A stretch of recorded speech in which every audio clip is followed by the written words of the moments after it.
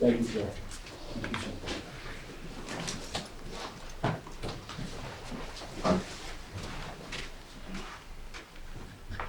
Your Honor, we called Dr. David Goldsmith by video.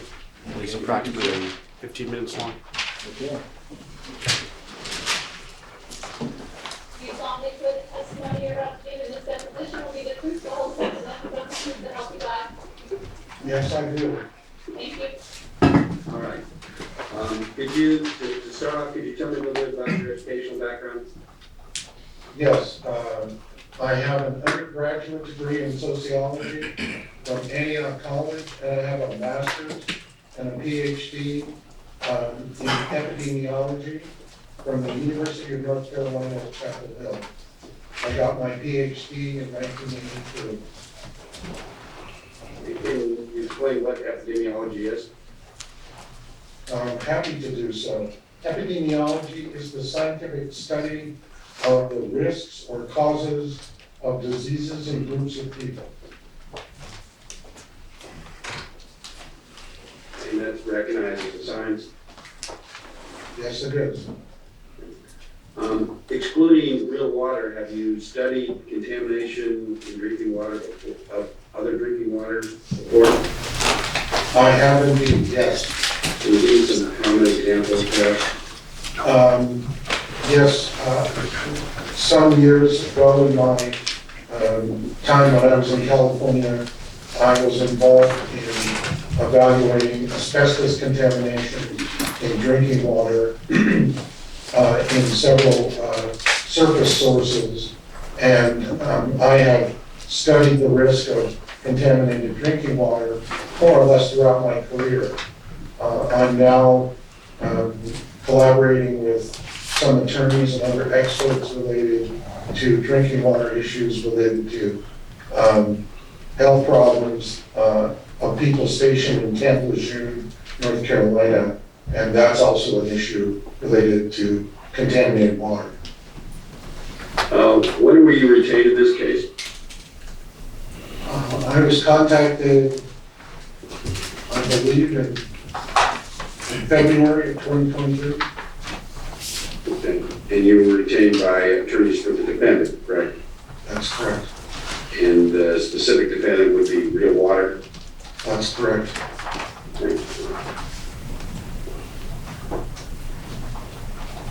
And more specifically, the plaintiff didn't retain you, the defendant retained you, right? That's correct. Have you studied a chemical called hydrazine in this case? I have indeed. What is hydrazine used for? Hydrazine is used for rocket fuel and for other kinds of explosive fuels similar to that. Does hydrazine damage the liver? Yes, based on studies that I've read, there was a very lengthy review by the Agency for Toxic Substances and Disease Registry, better known by their initials, ATSDR. They reviewed the toxicology and human health studies related to hydrazine. Could hydrazine be in drinking water? Could hydrazine be in drinking water? Yes. No, I said, should hydrazine be in drinking water? No, And why not? because it's known to produce toxic effects on the liver and other organs, both in laboratory animals and human beings. Is real water made with something called a concentrate? Did the FDA do tests on the concentrate? I believe they did, yes. And did they find hydrazine in the concentrate? Yes, So basically, the FDA tested 3 samples of concentrate, correct? yep, And they found hydrazine in each and every one of them. that's right. You know whether or not hydrazine decays or degrades over time? I must say that, I'm not an expert on hydrazine degradation rate, so I'm just not gonna venture something there. And why did you opine that it was a serious finding?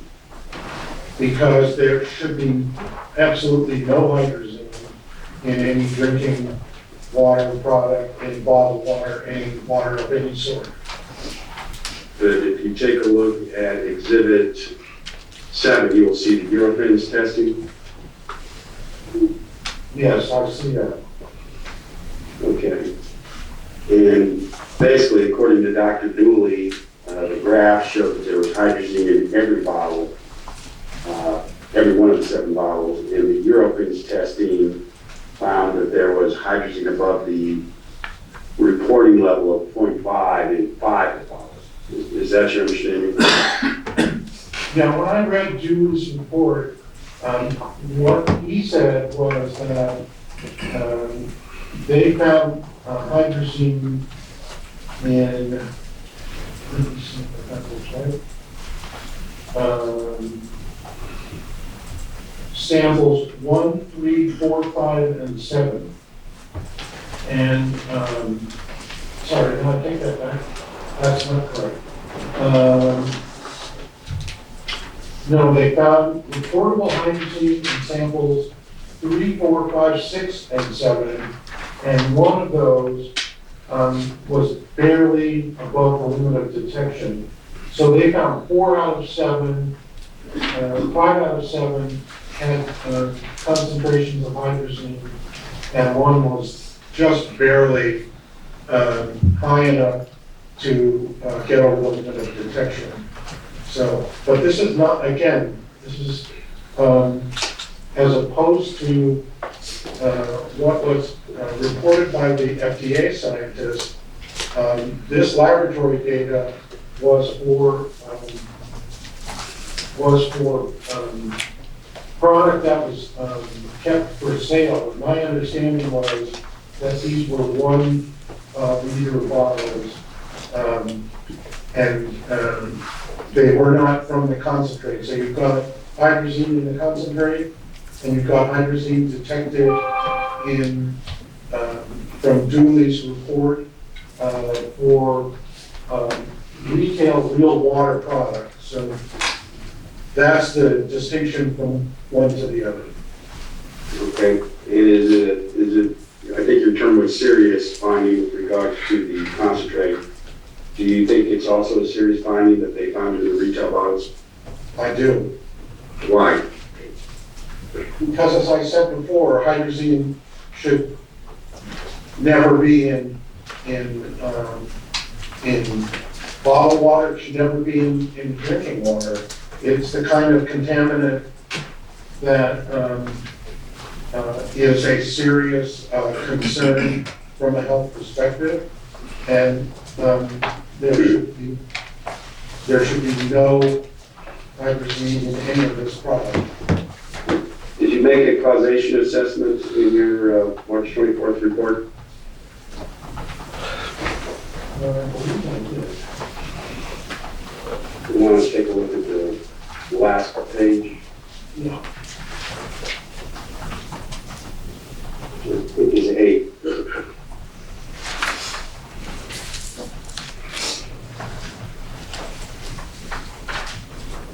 Yeah, the last paragraph of my report on page 8, it says, in my opinion, it's more likely that hydrazine contamination of real water concentration explains the ALF, acute liver failure outbreak. I arrived at these conclusions using standard epidemiology methods, and I hold these opinions based on a reasonable degree of epidemiology certainty. All right, your rebuttal report refers to something called the Beck study. You see that? I do. I think if you take a look at page 2 in the middle there, under the next page, yeah, Yes. page 3, I'm sorry. I think we blow that up so we can read it on the screen maybe. Okay. And can you tell me what the Berg study was? Now, this is a series of 4 cases of acute liver failure published by Dr. Berg in 2021. All of the patients were diagnosed either at Loma Linda Medical Center in California or in Las Vegas. And they were all adults, as you can see here, age 36 to 51. And they were diagnosed at the Loma Linda facility from June to November 2020. So. And you say in the next section that your conclusion, quote, is backed up by the new study by Burt. Do you see that?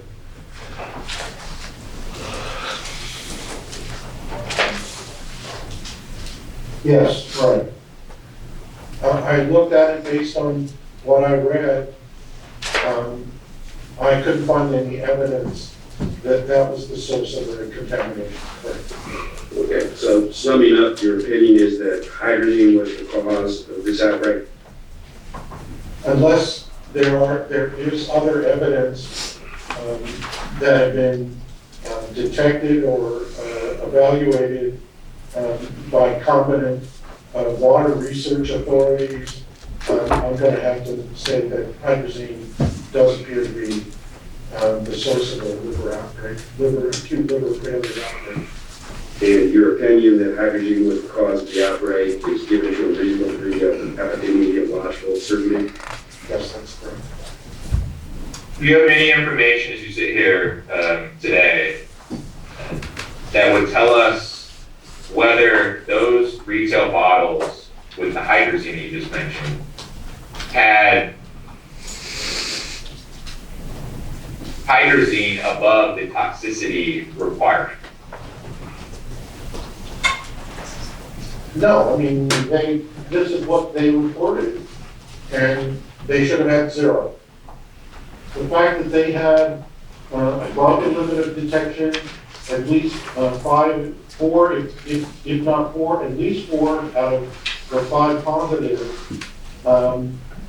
says to me that, I don't want to use this term, but this is the smoking gun that we, concerned with the epidemiology and field investigations, and this matches up with what the FDA chemists found too in other samples of the concentrate that,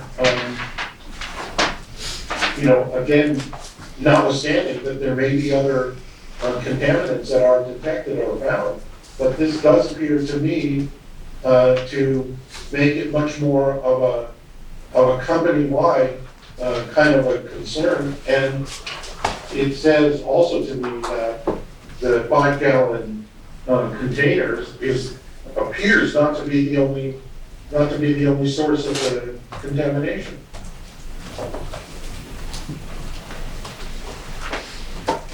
In terms of whether the amounts of hydrazine in those bottles that you just referenced from the Dooley report could actually cause acute liver failure, do you have any information at all about that? No, I mean, what I can ascertain is that these 7 samples were put aside and just this spring of 2023 were sent to the lab to be analyzed. And what they say to me is that in addition to the contamination that was found in the concentrate earlier by a food and drug chemist, this other group of chemistry testing in the Eurofins environmental testing business, they found hydrazine in the commercial side of the water, not the 5-gallon side, but the in-store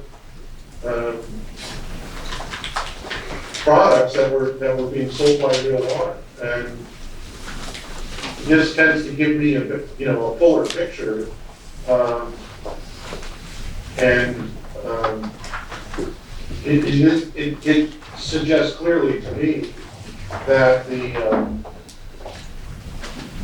the toxic exposure possibly leading to acute liver failure was not solely confined to the 5-gallon home delivery side of the business.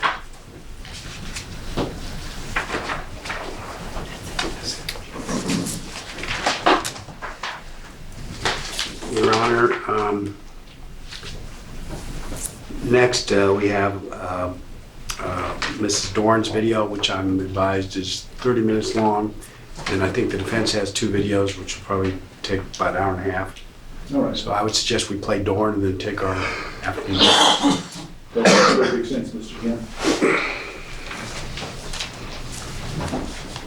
Do you solemnly swear the testimony you give will be the truth, the whole truth, and nothing but the truth, so help you God? Yes. Okay, Ms. Doran, it's pronounced Doran, D-O-R-A-N? Mm-hmm. Okay, where did you reside in 2016? In Henderson, Nevada, And how long had you lived in Henderson at that time? at which point in 2016? How long had you lived in Nevada in 2016? At which point in 2016? I moved there in February 2016. Okay, so you moved to Nevada in February 2016? I did. And where'd you come from? California. After coming to Nevada, did you have occasion to drink a product known as real water? Yes. And if you take a look at Exhibit 4, please, which are pictures of real water bottles in a display, does that appear to be the product you drank? Yes. What attracted you to real water, if anything? I heard about it. It was word of mouth. And I learned about it at a workshop for local entrepreneurs and people working on podcasts and stuff.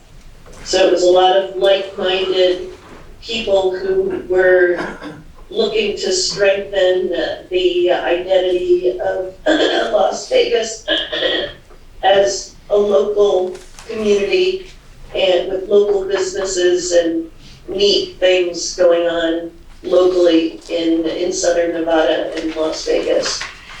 And being an environmentalist and being health conscious and supportive of creating robust communities within Clark County, the idea of real water appealed to me greatly.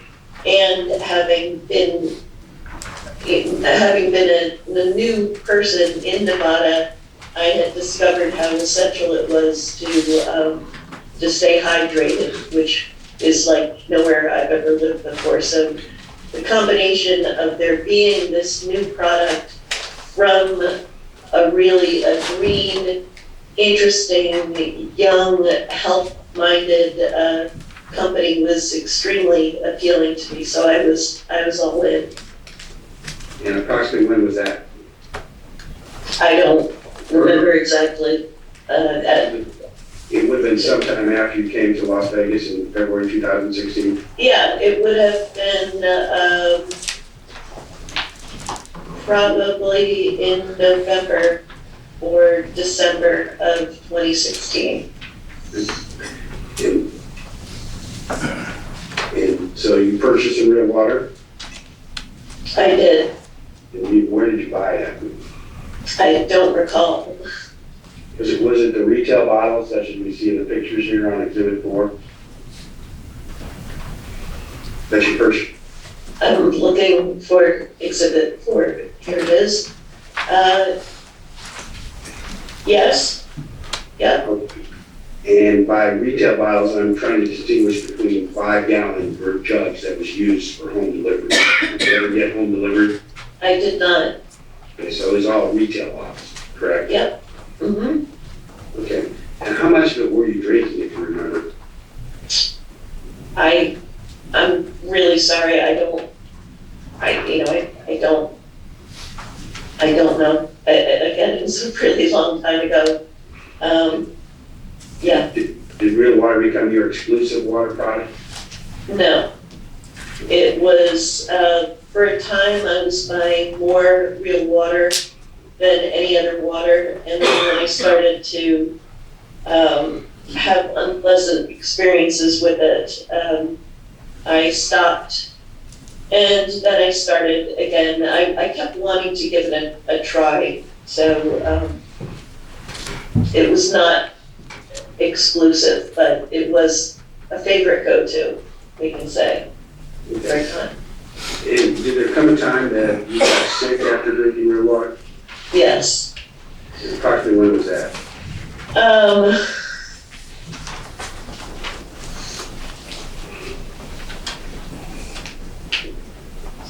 It was, let's see, November, December 2016, and I let Real Water know about it at that time. And there was, I think, some low-level discomfort early in the year, and then in March of 2017, when my family was visiting, I wanted to share this special product with them. And I got sick, and my parents got sick, and my cats got sick. And that's more than you asked, but there you have it. Yeah, well, why don't we start with your, did you write Real Water an email on or about March 3rd, 2017? I did. Okay, can we have the email up, please? On the second page.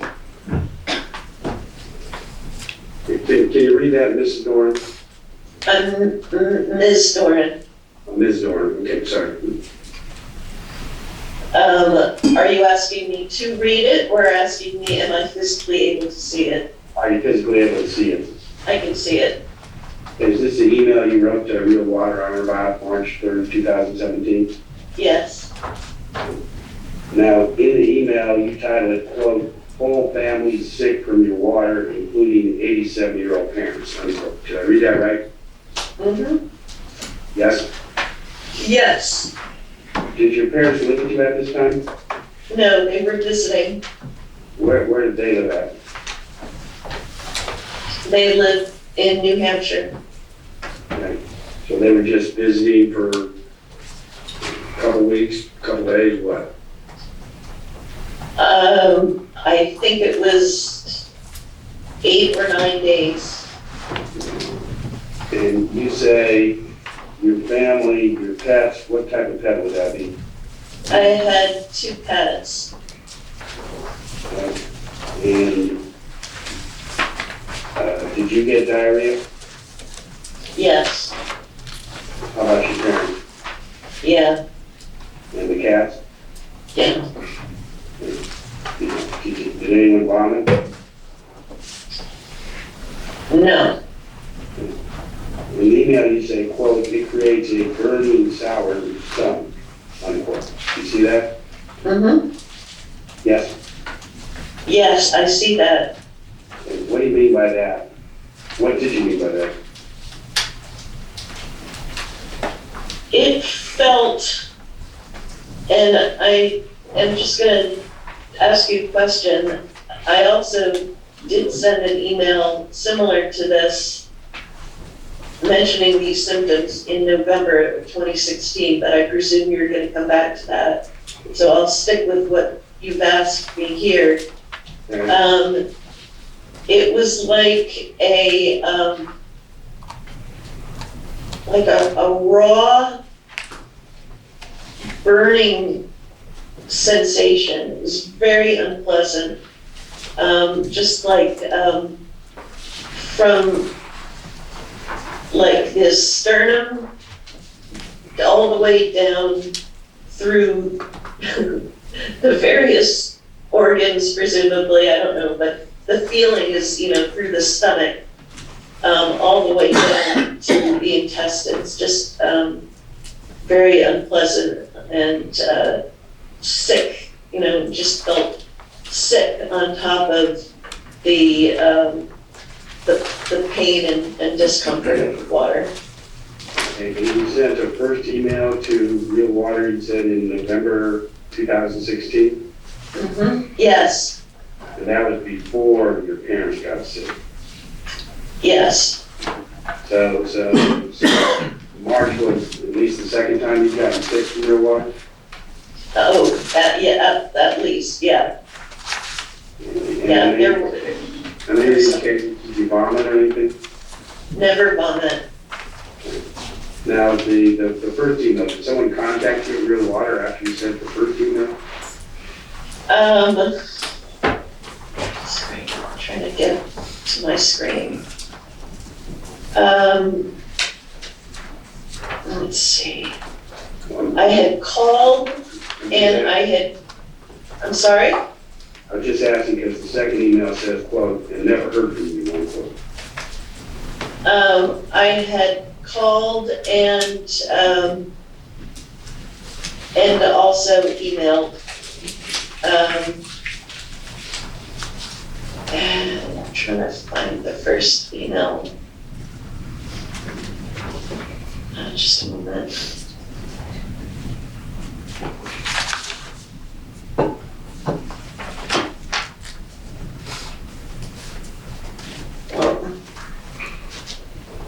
As far as, I mean, what it says in the emails is what, what is so. This is a very long time ago. And I know that this is very important and I'm attempting to help you as I've tried to attempt to help Real Water, but this is a very long time ago. Okay, so in the first email, you complained about diarrhea, is that correct? Let's see, yes. Okay. Anything else you complained about? I complained about the bottles. They were flimsy and they would sort of collapse into themselves sometimes when you try to open them, and it was very hard to open them. So I let them know about both of those things. On the March 3rd, 2017 email, you say that you're going to be contacting the health department. See that portion of the email? I will be contacting whether health departments in the Las Vegas area are taking bad. See that? Yeah, Did you do that? I don't recall. I would imagine, I don't think so. I didn't look myself to see whether I had a record of that. If I did, it probably would have been through some intake form or a phone call, but I don't think I did. I think I was pretty busy and I don't think I did. Okay. And on page 2, is this exhibit 2, is this a continuation of the email or is this a second email? The first email appears to be 3:12 a.m. Do you see that? On the top right there?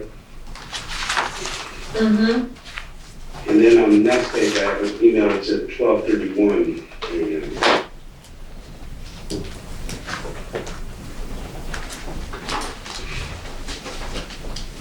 Did you see the 12:31? Yes, I'm reading it. I haven't seen that in a long time. Okay, Okay, so you sent Real Water 2 emails in the March time period, is that correct? presumably, yeah. And this is a true correct copy of the second email, the March 17, 2017, 12:31 a.m. email? Yes. And can you read that into the record, what that says? Can I read it into the record? Yeah, would You you mean, read can I the read- email? Yeah, would you read the email into the record for us?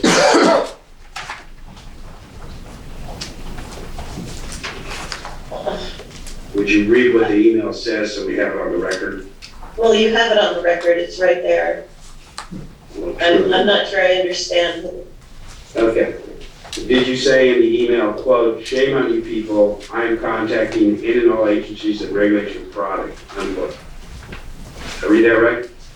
Yep, And you also say, quote, "The fact that twice, 3 months apart, I've given you feedback about your water literally making people ill, and you have not called, let alone emailed, is beyond belief. Shame on you," unquote. Did I read that right? yes, Okay. And so when you were talking about making people ill, you were talking about yourself and your 2 parents, correct? mm-hmm, Yes? yes. And Go I'm ahead. trying to remember whether I had talked to anybody else about it. They said, they, they didn't like it either. I don't remember, but yeah, certainly myself and my family. Okay. And did Real Water, go to the next page of the exhibit, to today's statement email back on or about March 21st, 2017, from Ted Converse? Yes, Did you receive that email from Real Water? can you make that a little bigger? Yeah. Thanks.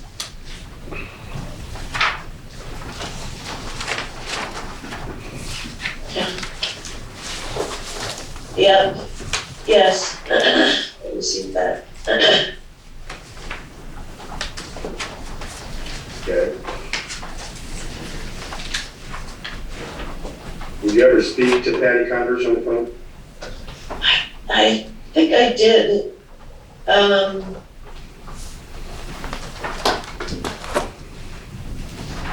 There was,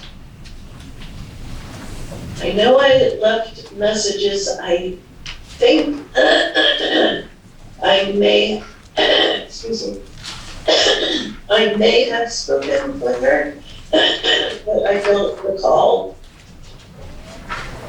Okay.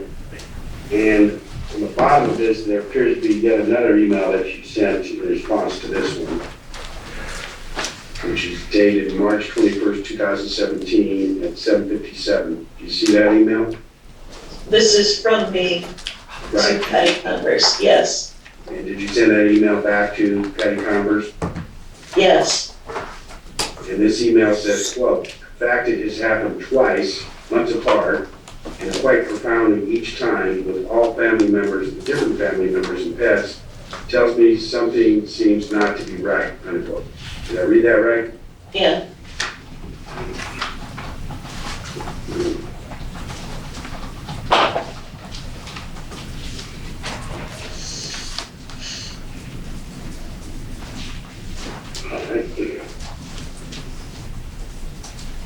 After this time period, referred to March 2017, did you have occasion to have your liver enzymes checked?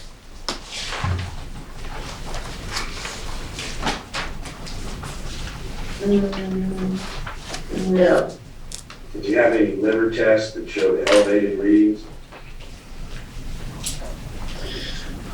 I reached out to the physician's office that I had seen at that time to see whether there were any medical records that would, provide, any data on that, and I did not hear back from them. And I'm a busy person, as we all are, and I didn't continually contact them to ask them that question, so. And in one of the emails, they had promised to give you 2 more cases of water. Did they do that? I didn't want any more of their water. I wanted them to fix the problem. Because at that time, again, like, if I were the age I am now, I probably would have been more concerned about myself than them. But at the time, I was concerned about myself, but I mostly was concerned that if they wanted to get a good product off the ground, that was ostensibly aimed at, creating this very healthy product, local product, that they were failing and that they needed to know and that they needed to fix it. And the fact that my dad had gotten sick was pretty upsetting to me and to my parents and to my extended family who knew that this had happened. So I didn't want any more water. I never bought their water again, never bought it again after this. Okay. And so again, the symptoms you had were one, diarrhea, correct? Mm-hmm. Yes. Yes, Two, the stomach rawness or as you described it, right? yes. And then in the email, you also talk about cramping. What does that mean? It was just the whole experience, it just, like low down, like, I'm not a physician, so I don't know what exact organs are, where they are, but, like a tight pain, that makes you sort of bend over with pain. I mean, it was literally painful. Okay. And then exhibit 3, what is exhibit 3?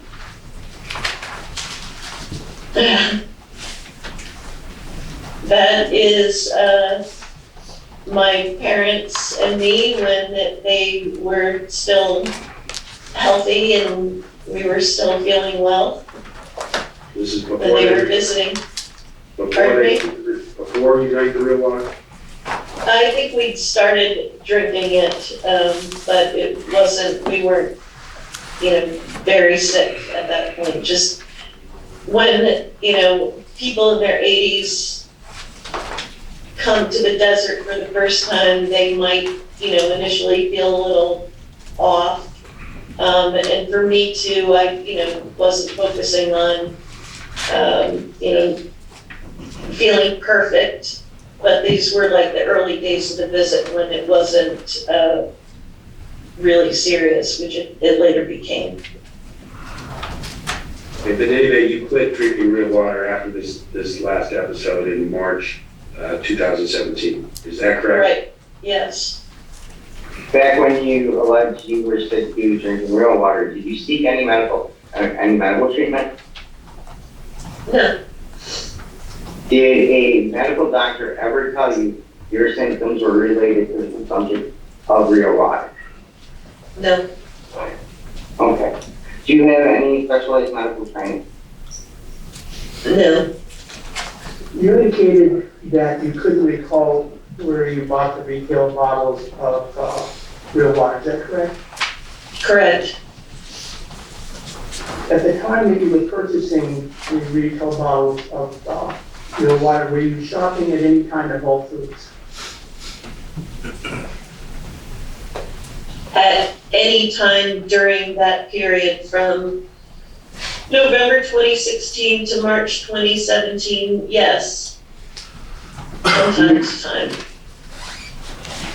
Okay, and when you first got sick in November or December of 2016, do you recall what you were eating the day that you first became sick? I do not. Do you recall what you ate the day before you got sick? Unfortunately, I do not retain memory of what I ate in specific meals on specific days 6 years ago. Sorry. Understood, I'm just trying to see what your memory serves. Do you recall eating at any restaurants the day you got sick or the day before you got sick? I don't recall. And in March of 2017, when you attributed your illness to real water, do you recall what you ate the day you first experienced symptoms? I do not recall. Do you recall eating at any restaurants with your parents before you got ill? I'm sorry, I don't recall. Did anyone in your family, such as your parents, visit a doctor due to their symptoms? No.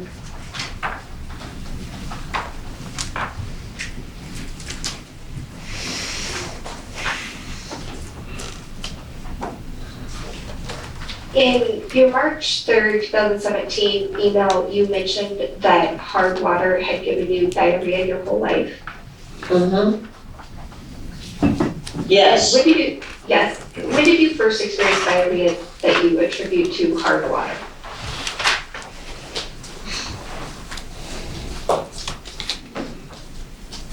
Um, 1970.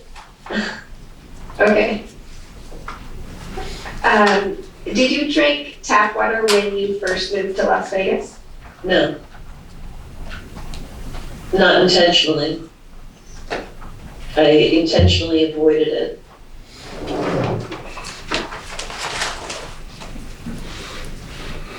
And was drinking or was experiencing diarrhea from hard water a recurring problem since 1970?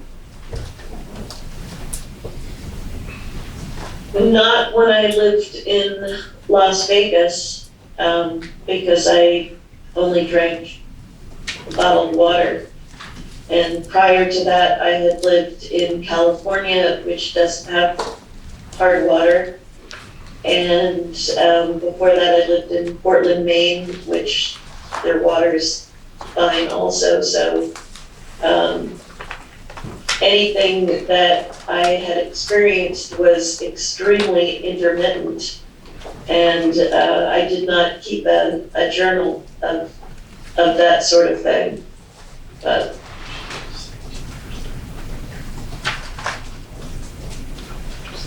can you estimate how often you experience diarrhea from hard water?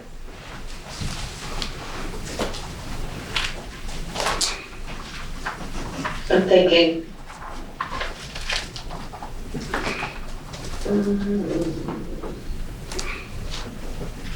I don't know, maybe half a dozen times in my life. Okay. Can you think of any other water, whether it's tap or bottled, that you believe caused you to have diarrhea throughout your life? The question is, do I recall that? Can you recall any other water that you attribute getting? No, So no other bottled water? never, nope. So, but you did have, you recall 6 or so times throughout your life where you experienced intermittent diarrhea that you attribute to drinking hard water from a tap? I'm estimating that, as I said, it's nothing that I kept a record of. It was actually my, nothing that had happened in recent history, but when I was, young.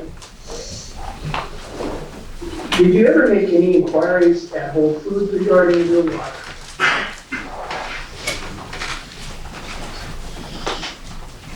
I'm thinking.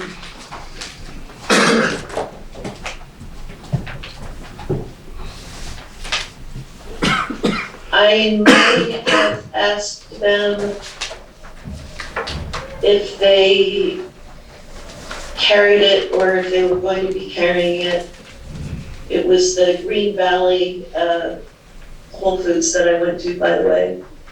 But I don't recall ever having bought real water from Whole Foods.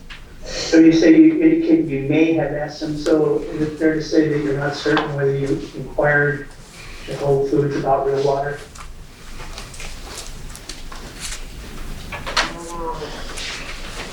Before I say yes or no, I want to give some context. I was really enthusiastic about real water, and so at different stores I would ask about it. have you guys heard about this water? I'm really excited about it. Is that something you have? Is it something you're gonna have, or are you gonna restock, whatever? But no, I don't specifically recall, asking somebody at Whole Foods about real water. And am I correct in saying you don't recall actually purchasing real water at Whole Foods? Correct, I don't. You talked about 2 times you were sick, one in fall of 2016 and one in March of 2017, is that correct?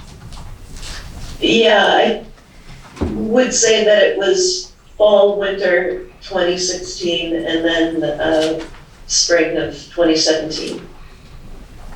This is Mr. Kemp, what did you mean by you got sick twice in November and December 2016? Or it was? No, I'm saying that the incidents occurred in November and in December 2016. And so you got sick 3 times? At least, Okay. From drinking real water, you got sick 3 times? yes. In November of 2016, did you inform Real Water that you were sick from drinking real water?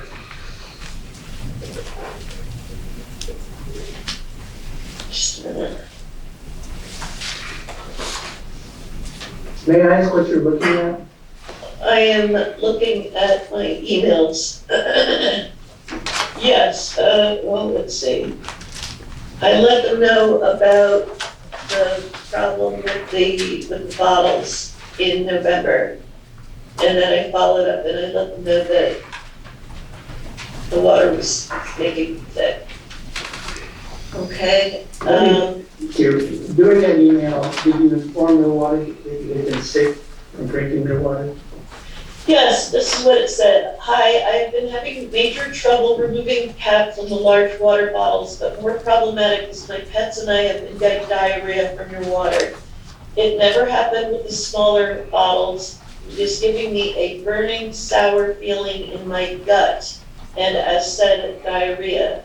It is not anything else because nothing in my pets or my diet has changed. I think you need to look into what the problem is.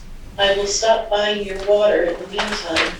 My guess is this, you're using water from the Vegas Valley, and it's hard water, which when will life is giving me diarrhea. Otherwise, something you're treating the water with or doing to it is making me sick, or the bottling is unsanitary.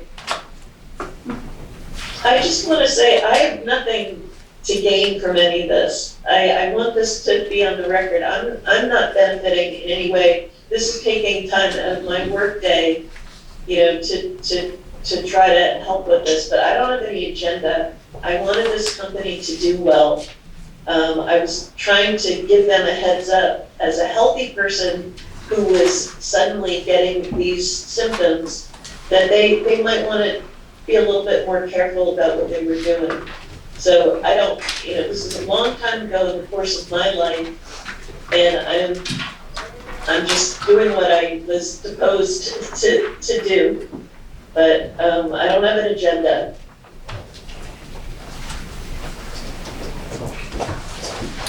Your Honor, that concludes the deposition. I think it'd be appropriate time for a break.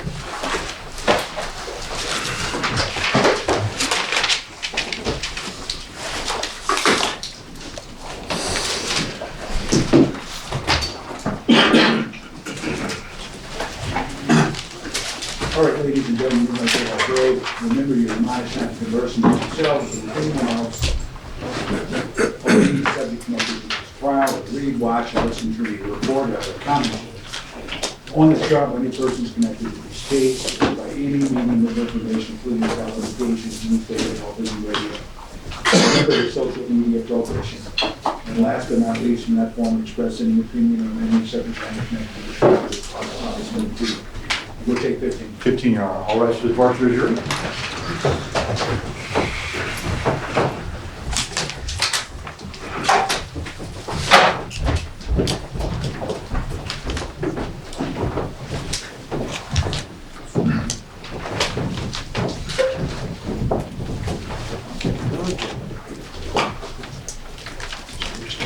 What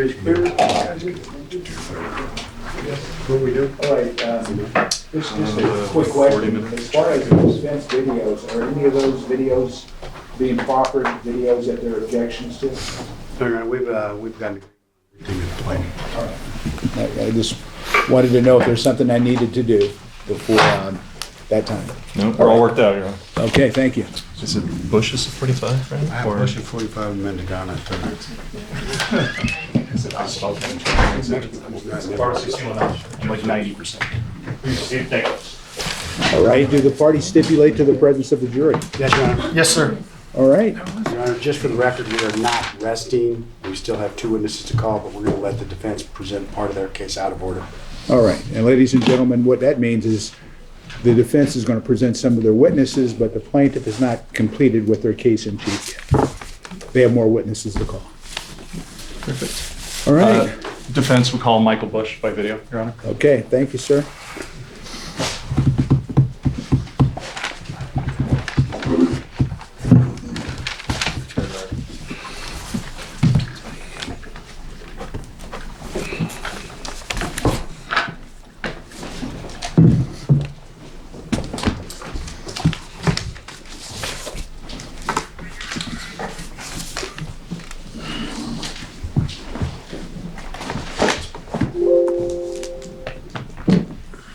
You solemnly swear that the testimony you're about to give in this matter is the whole truth, nothing but the truth, the whole truth.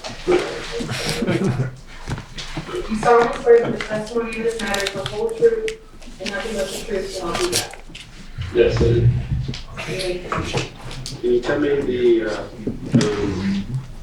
can you describe your educational background, please? Yeah, military training, and let's see, some college. Let's see, I'm an adjuster now, got an adjuster's license, that's about it. Also with Nestle for years. Okay, when did you graduate from high school? A couple years ago, 1983, June 83. And after that, you went into the military? That's right. I went in the military, no, okay, 85. 85, got out in 2006. Reserve and then active duty after that, only for like 5 years. Okay, so you were in the military for approximately 20 years? Right, 22 years actually, total time. In which branch? Started off in Navy Reserves and then went to National Guard. After that, I got activated for active Army. Okay, so how long were you in the active Army? About 5 years, I'd say 5 years. Where were you stationed?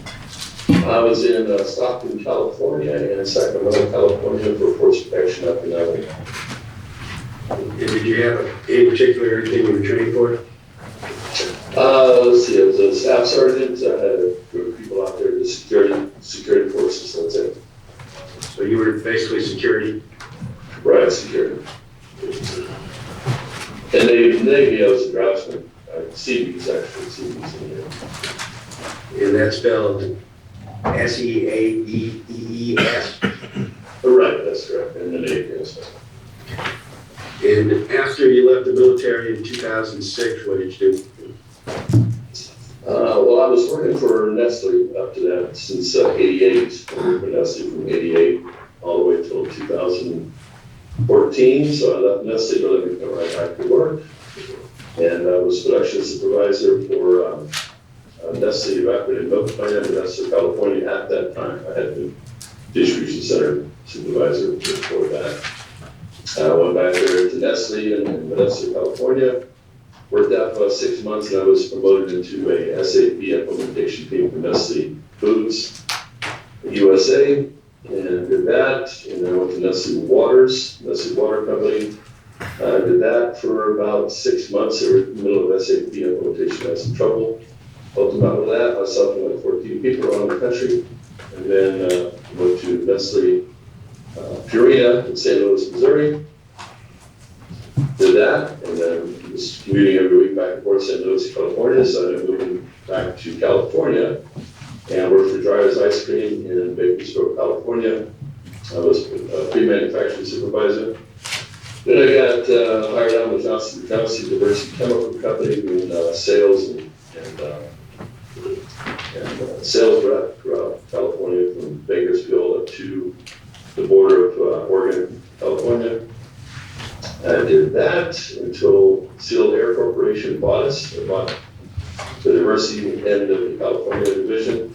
And at that point, I worked for iCrack, startup company in San Francisco. And that take us up to real water? I just met my wife in San Francisco. We flew to Vegas to get married. 2 months later, we decided to move to Vegas, and moved to Vegas in October of 2018. I didn't move here without any work, and I got hired out of Real Water, I think, right in November, beginning of November, I believe, and then left Real Water. That was 2018, left Real Water in April, and we made it the latest in 2019, so. Okay, so you were with Real Water from November 2018 to April 2019, correct? Right, it might be May, but I'm pretty sure it was April. The Nestle spelled Nestle. Right, that's right. That's it. That's right. Is that a Swiss company? It's owned by Swiss, right? And so you work for the US division, correct? Right, US, and there's Nestle Foods, Nestle Waters, Nestle Pet, which is Purina. Okay. And what were you in the foods or waters or both? Began in foods for a year, and then went to Purina, St. Louis, Missouri. As soon as we got there, Waters was having some trouble, so they sent a smaller group of us around to Perrier and San Pellegrino warehouse sites, and also Hawkins, Texas. One in Long Beach, one in New Jersey, and then Hawkins, Texas, and down there in by Ontario, there's a big Arrowhead farm. There's also one up in Northern California, somewhere too. Okay, so what time period were you involved with Nestle Waters as opposed to the foods or the other branches? In a very short amount of time, maybe January of 2007, no, hold on, 2007. Maybe January 2008 to maybe March 2008. Plus or minus a few months, I think, a month. How did it come to your attention that a job position was open at Water in November 2018? Maybe Indeed or something like that. I think I was really hotly hunting for jobs when I got here. Interviewed all over the place, and I walked into the front counter, and some human resources lady or somebody said, "You might make a good fit." And we come in, I think I spoke to Amy Jones. She interviewed me, I think Blaine Jones. Okay, and would this have been at the DI location? Excuse me? Would this interview have been at the Desert Inn location? Desert Inn, right, I was going to the next door. Okay, and what job position, if any, were you applying for? Production manager was open, so I applied for that one. What were what were your duties and responsibilities as the production manager? Duties responsibility for a crew, small crew, I forgot it was 10 to 14, something like that. And they worked both shifts, the first and the second shift. And there's a bottling line, and they were making cases, and people were making cases in the case machine, the work was perfect, so there wasn't glue on it. After the bottles went into the cases, the whole team had to glue them up. The labeler was always working right. I just make sure production had a goal every day. I don't know what the goal was exactly was, but I kind of used my Nestle experience to kind of help people out in there. Let's go. And get some rewards or whatever. So we got a luncheon form, I think, for maybe certain goal, maybe more like a team environment there instead of top-down environment. Did that. So you were there approximately 9 to 5 during the day? Pretty much, right? Pretty much. 5 days a week, 6 days a week? 5 days a week, 6 days a week if needed. So during the time period you were there, November 2018 to April 2019, what types of products were being produced in the terms of 1 millimeter, 5 millimeter, 5 gallon? What types of products were being produced in your assembly line? We don't know if you have pictures of those things in there somewhere, but the main was the main majority. The one you see in Costco, this is the main one we ran all the time. There's a smaller one, a little bit smaller one, so we're seeing that. once in a while, they're in the 5 gallons in the second room. And then Blaine Ministries built another special 5-gallon area near the restroom in the back on the side of it. But I was watching over the main caseable items for Costco. That was the biggest customer. Okay, so we've been told that the concentrate was pre-made. Is that your recollection? Well, like I said, it was a special room in the back, and Blaine, when you want to make it, you turn on a couple valves, regular PVC valves you see on the sprinklers, that type of thing, and they ran into a little cavity you see in a high school or something like that. Went on one side, came out to the side, and I wanted to see it. He said, no, it's just like the KFC special ingredients, proprietary against it, so it's okay. So I don't know exactly what was going on in that whole thing, what was being added to it, or this electrical system, I'm not too sure what happened.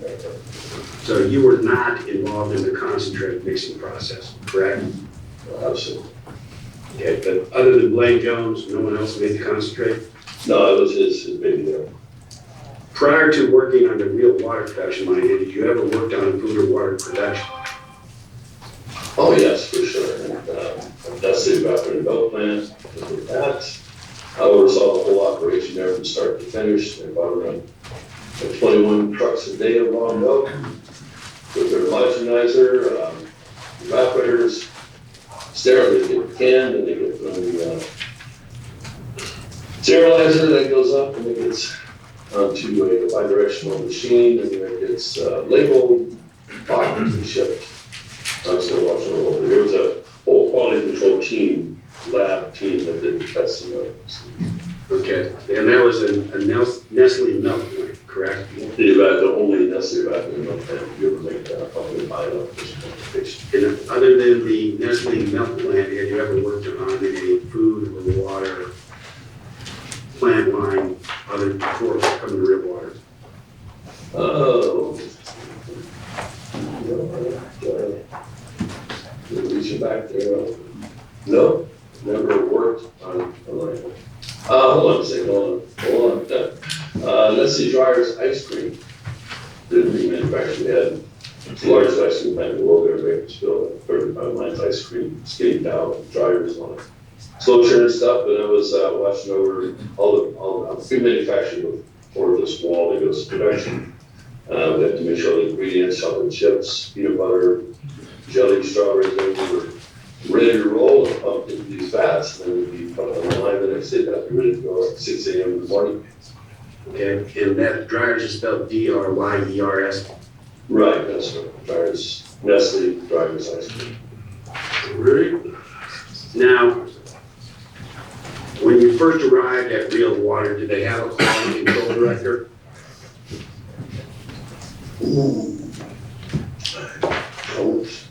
Sunny Blaine was pretty much overall quality control there. Maybe Amy too, I'm not really sure.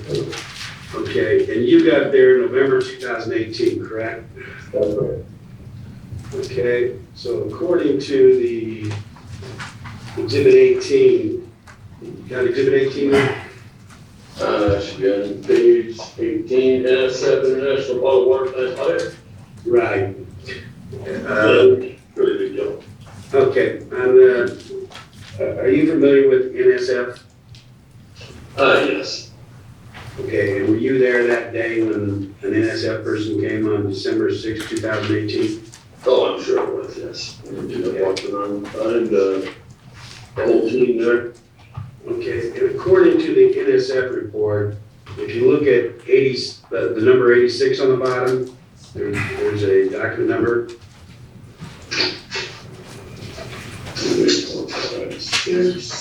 See it right here? Okay, and the note says, quote, "There was no qualified individual to provide a level of competency necessary for production of clean and safe product. Note that the QA director has resigned." Unquote. Do you see that? Well, yes, I absolutely see that. What do you get right there? Who the heck was that? Okay, so at the time of the 2018 NSF audit on December 6, 2018, Real Water did not have a quality control director? No, I don't believe so. 'Cause I do remember that, okay, now you're ringing my bell. I remember that Amy and Lynn Lane said they had a really bad audit with Costco. We gotta get this thing going here. And bring it up to speed, maybe that's what we brought him on board, tighten things up. I'm sure that's what it was for. Okay, so you heard that they had a bad audit with Costco, referring to this Exhibit 18, correct? Right, that's right, right. So in any event, sometime after this, December 6, 2018 inspection, they hired Mr. Fan, correct? Right, Mr. Van, he's there. And then Tom Pham was made the Director of Quality Control, right? There you go, there you go, yes, he was. And you said Tom Pham lasted just a brief period of time? To my knowledge, I think maybe a month or 2 months, maybe. Did he leave prior to the time you left? Oh, yes, he did. And you know why Mr. Pham left? I know he was, not very happy when he was doing working there. I don't know why, I don't know the details, but he told me. Did you witness any disagreement between Mr. Pham and anyone else in your life? Oh, with myself, I disagree with him. He's just, more talkative than action kind of guy. Anyway, I don't go too far in that, but nice personality, but the position wasn't as strong as a leader at all. That's my input. Did you think he was qualified? No. And why didn't you think he was qualified to be a quality control director? Like I said, I worked for Nestle and the higher standards, I was always talking to Amy and Lane about changing things up over there. And we tightened up a bit, but he wasn't, one of the people that just talks to management, like he knows what's going on, but when he's not doing that, he's checking his phone and dating sites and things like that. He wasn't really engaged, that's good. Okay. He would cuddle up to management, but he wasn't really doing his job. Right, that's right. Maybe he was just good stuff behind the scenes, but I didn't see much. Okay. Are you familiar with HACCP, HACCP? Yes, hazardous control points, yes, I am. And have you had HACCP training? Years ago, in Nestle, critical control points, it's a part of it. Okay. And did you have any HACCP training at Real Water? I don't remember that. No. Okay.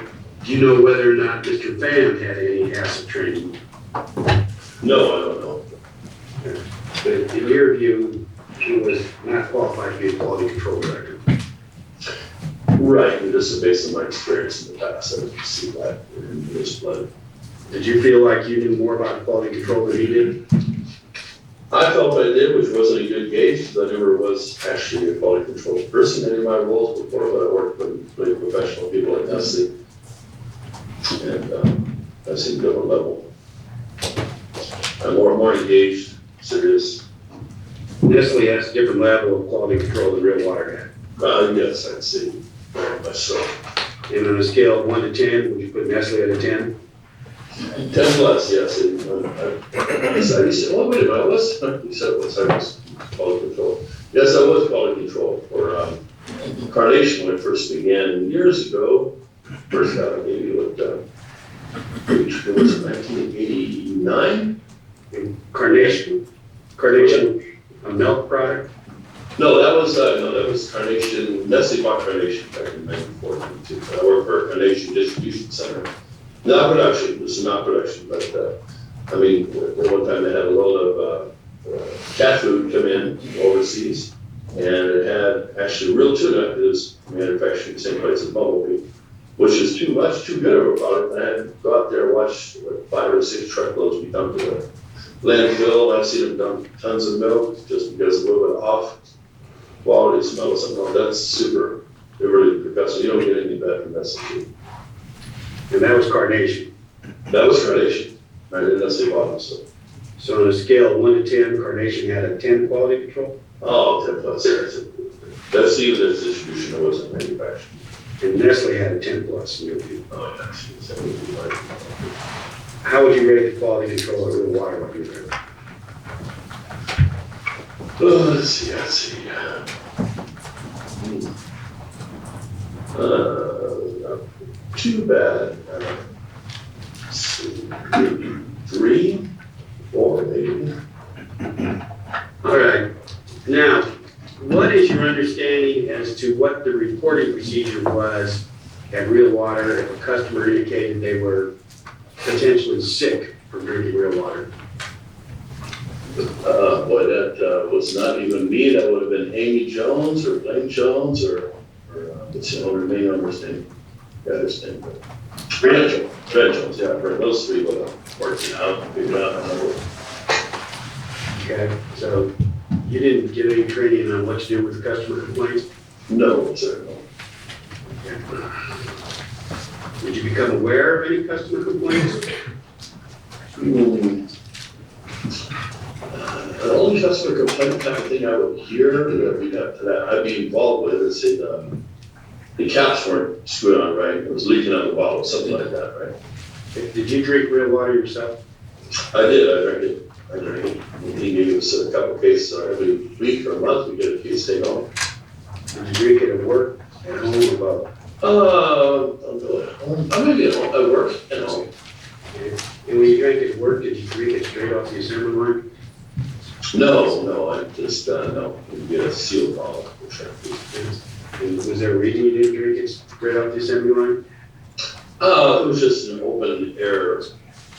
I wasn't, like I said, I came from a different environment, it didn't seem open air real, but it would be filled up on the bottling lines, it would be capped right there in the spot. So there was never bottles flowing down the line that are open, right? So that there was ever an opportunity with some debris that I would see. Okay. There's been some testimony that there was some sort of procedure to let it sit for a couple of days before anyone drank it off the assembly line. Are you familiar with that? Yes, I am. Okay, what was the procedure? But you got me on the specific dates on that. But I think you're on the procedure, I don't know what you want from me, but I remember it was, I don't know how long, but you did not work on that. Okay, but the procedure was to allow it to sit for some time period, correct? Sometimes we're behind and we just pack the trucks and ship it out. We do the simmer probably after it sits there a couple of days. I don't know the number of days it was. Okay, and why did they want it to sit before they shipped it out? The reason why? I know my explanation to me was that it makes people have, say diarrhea or whatever for that. If you have too much chlorine and something like that, you do the same thing.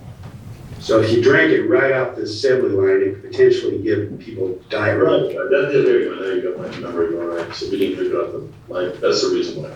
Okay, and could it also potentially make people vomit? It would do the same as if you drank like chlorine water from a pool. So that's what I was told. So I think it could make you vomit, I'm sure. And who told you that? Had it be Blaine or had it be Blaine or some guy down there.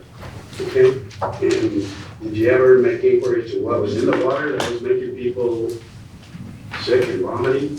No, it wasn't like this isn't customer complaint that I'm dealing with. It's just general knowledge we have, as far as what would happen. I didn't hear there were customers getting sick with the stuff, but. When you drank the Nestle water when it came off the line, would that make you sick and vomit? No. Super clean coast. No, the water was. Okay. Are you aware of any other bottled water that if you drink it off the line makes you sick and vomit? I'm sure it's like the Santi, the ozone right into that thing. But that bottle it, you can't drink it right away. Okay, directing your attention to Exhibit 46. This is an email chain between Shaney Castile and a customer named Watkins, W-A-D-K-I-N-S. And you are not on the email chain, okay? No, I think you got the wrong exhibit. I think 40, did I say 46? I meant 40. Yeah, 46. 46 doesn't look like an email, right? It's just a letter. There's an email in there somewhere, right? Exhibit 46, you said? Yeah, 2045, I'm sorry. All right. And I'm not suggesting you should have gotten this email. I'm just asking if you knew anything about, on the second page, it says, quote, "My husband has been in the hospital for 2 weeks, and the doctor wants him to stop drinking alkaline water," unquote. Did I read that right? Better. Okay. Did you become aware at any time that a real water customer was in the hospital? No. I didn't know about that. I mean, that sounds like a big thing. And say, for example, we're in Nessie and something happens like this, all management can shut the plant down. It's about 15 minutes or so, and do a safety review. Right. Yeah. After action report, the military scene and everything. But no, I don't remember that. If Nestle got a report that one of their customers drank their water and was in the hospital for 2 weeks, they would shut the assembly line down, correct? Right, yeah. And you said the military would do the same thing, shut the line down and do an investigation, correct? Not manufactured, there's an incident on the firing lines, and got hurt or something like that. After action report, review what happened. Okay. Do you know what hydrazine is? Hydrazine? Hydrazine. No. Okay. And if you take a look at Exhibit 25, that is a test report that the FDA did on the concentrate used to make real water, where they found in 3 different samples that they had hydrazine levels of 1.44, 1.75, and 1.32. Okay, you with me? I got it. Okay. And if you take a look at the next page, that's a fact sheet about hydrazine. That's Exhibit 26, which generally says that hydrazine is a rocket fuel that causes liver and kidney damage. Just tell me exactly what page, please. I'm trying to look on that. Right there on Exhibit 26, the block portion of the screen, quote, where it says, "Exposure to hydrazines may cause nervous system effects as well as liver and kidney damage," unquote. Did I read that right? Oh, yeah, I'm sorry, I was on the wrong exhibit. Well, my mistake on the under. Okay, I read that right? No, you read it right. I read it, didn't know about that, but I guess you went down. Would you agree with me that hydrazine should not have been in real water? I hope it wasn't, but no, I can agree with that based on that statement, when that should not be anywhere around that plant. Okay, can you give me any explanation as to how hydrazine could have found its way into real water?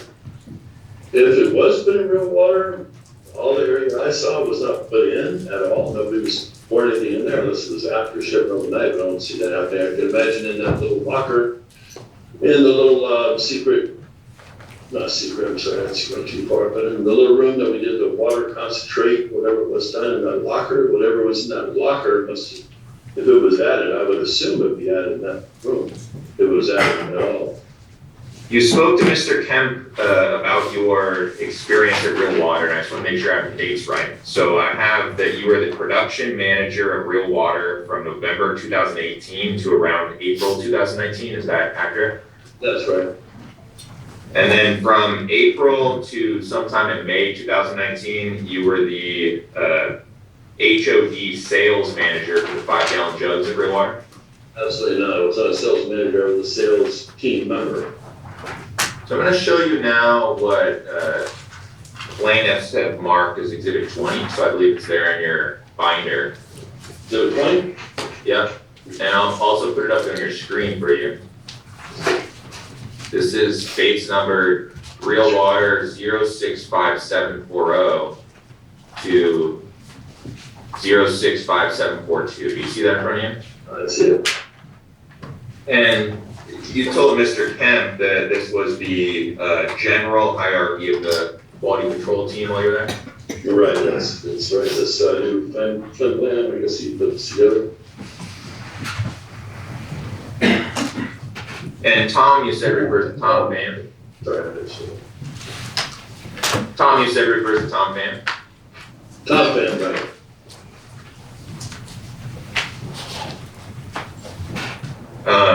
And then could you tell us who Jose is? Yeah, he's like the right-hand man to Obed. He's like a worker bee out there.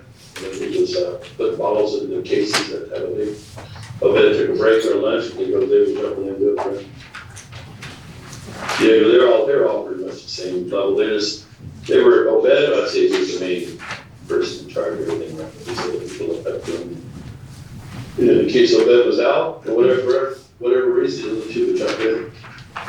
In terms of the retail bottle production at the Desert Inn facility, were Obed, Jose, and Diego three of the main individuals who worked on the retail bottle production line?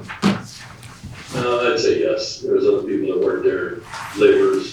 They were all laborers. They're the main ones. And again, you said that the individuals working on the production line of the 5-gallon jugs at Desert Inn while you were there were different, correct? Right. I think this guy's name was Efren and some other guy. Not a lot of people in there. 3 or 4 people in there. In terms of Obed, Jose, and Diego, the individuals who worked on the production line for the retail bottles at Desert Inn, do you believe that they did a good job? Oh yeah, these people they were fired up. They were just happy as heck to work. So in terms of the quality control team that worked specifically on the retail bottle production at Desert Inn while you were there, you believe that they did a good job, correct? I believe so. I'd say 90% they did a good job. They were very attentive. And I think you mentioned this to Mr. Kemp, but I apologize if I'm retreading the ground a little bit, but I just want to confirm. What is HACCP? Let's see, hazardous critical control point team. While you were there at Real Water, was there an HACCP team for the retail bottle production at the Desert Inn facility? No, I mean, this was put together by Tom, just to have it put together. I don't remember ever having any meetings together on this situation. It was just put together so we may have an HACCP team. I believe, I'm fairly sure after the Costco audit, the person that went sour, I think this is something that was identified as not being records there. They had to put this together. Did you see that on your screen? Oh, yeah, I remember that. And I'm happy to scroll down these documents. They all look relatively similar, but with different dates. Does this refresh your memory that there were HACCP meetings at the Desert Inn facility while you were there? Let's see, I do remember this.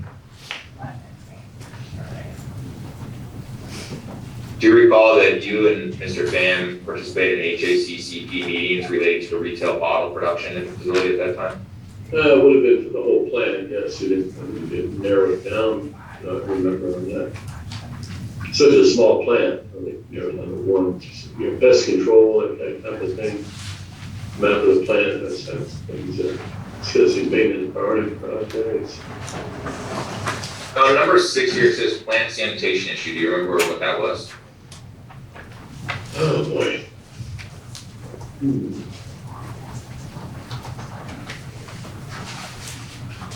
I think I should remember that. Like I said, they were putting together a 5-gallon line in another room outside the room where they originally made the 5 gallons at, right next to the bathroom facility for the whole plant. When you say bathroom, so it's a toilet, closed door, they closed very well.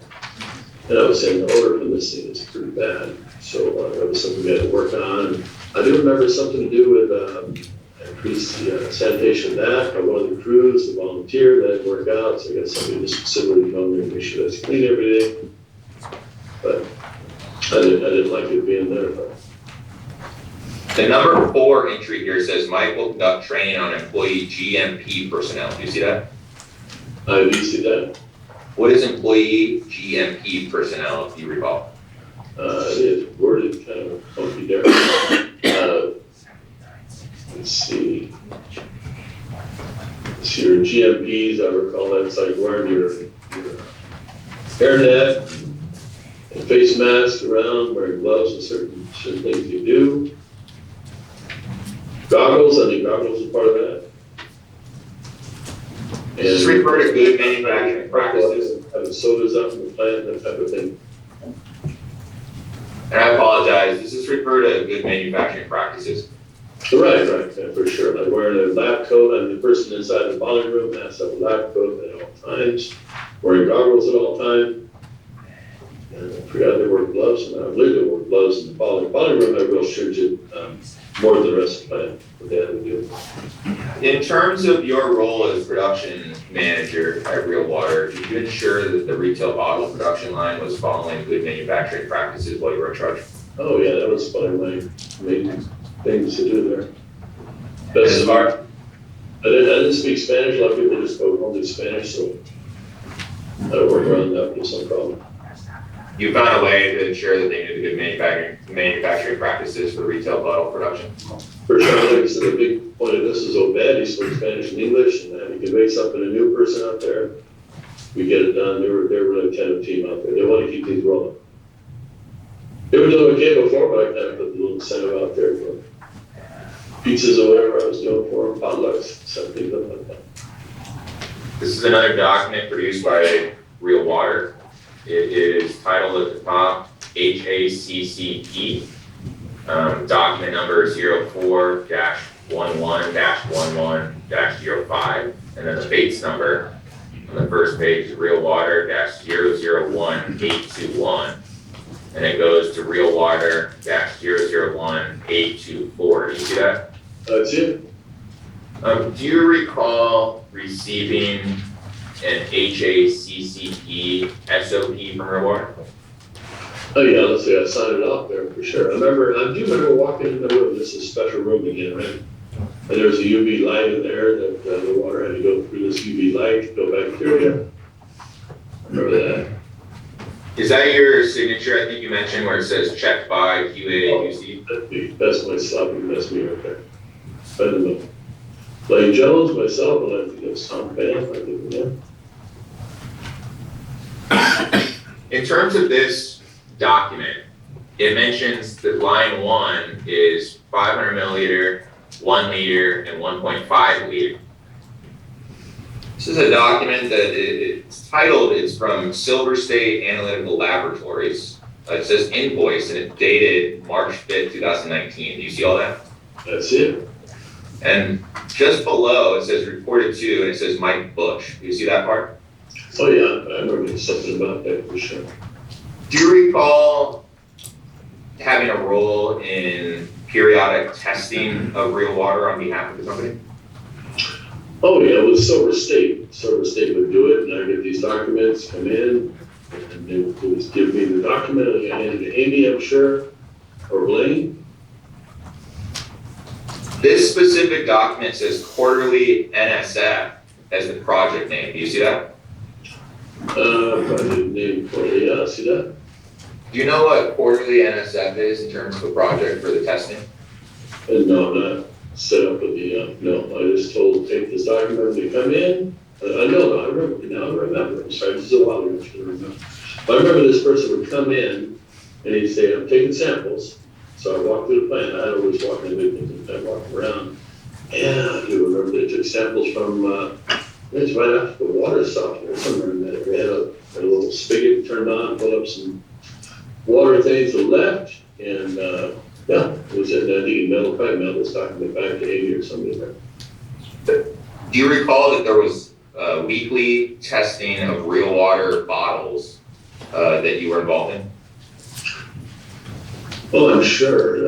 Like I said, the Silver State people would come in, and I was told to bring them in and monitor, not monitor them, but they would open the spigot, fill up their container. They did use some of our bottles, probably fill them up, took them out. Then they'll just report back to Blade or Amy or both. Do you recall ever receiving any abnormal test results from Silver State Laboratories, specifically relating to the retail bottle production while you were there? If I did, I could immediately bring it to Blaine's attention. I would not sit in my hand for less than a second, so that would be something major there.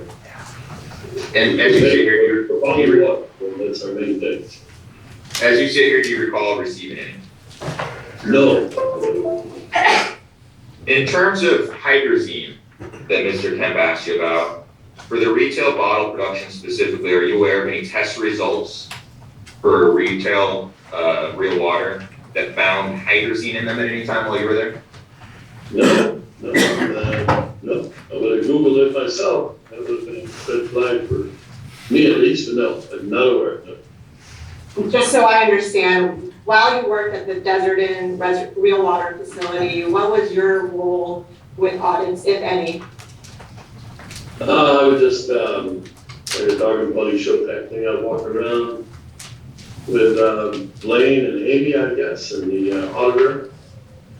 And had any questions related to me, I'd answer the question. They'd ask me a question that I knew I answered, mostly Blaine, which Blaine or Amy would answer those things. And you recall that you were shown, I think it was Exhibit 18, which was the December 6, 2018 audit. You call that? I do recall that. Before today, had you ever seen the audit itself? Had you ever seen that before? Yeah, probably when Tom Pham came on board, I think we went over some of it, I think. No, but Amy was pretty adamant about getting this audit redone. She said she's got some things to follow or something. Anyway, I can't remember specifically everything that we put on that day. Okay. So is it accurate then that you don't specifically recall reviewing this audit before today? Specifically, no. I might have reviewed it, but if it pertains to me, water transportation, no. Source water, pest control, out of the time, I guess. I'm just looking through this real quick.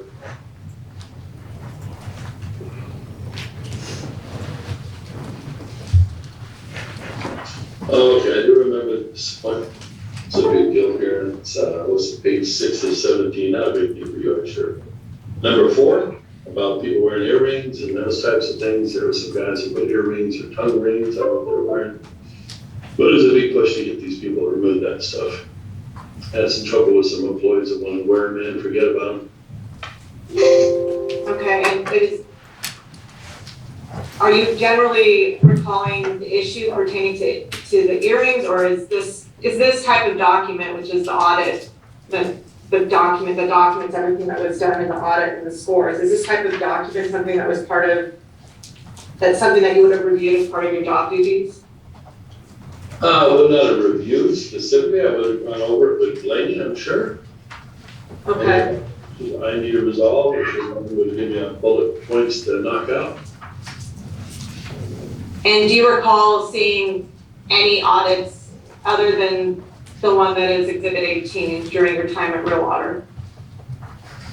No, but I think after this, I think I suggested I do my own audits. Because I didn't like this being hit once a year, but I do my own audits once a week or so, just walk through the plant, check everything out. I think Tom Pham did the same thing. His own local audits, we tighten things up before we get a big audit like that. Have you ever heard of something called a re-audit? Yeah, that's what I told you that Amy was really pushing for that because she said we could lose this big account, and she was making phone calls telling everybody about it. She's very upset. And she got an auto. I think she knew somebody who was an auditor or something. I don't know. Anyway, we got it done. Do you know if Real Water received a higher score on the re-audit that was completed? And I do remember they did get a better score on that. okay. We're very happy with that.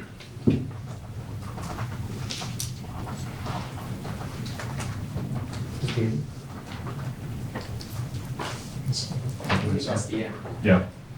All right. And next we have Brent Jones. Brent Jones. Good.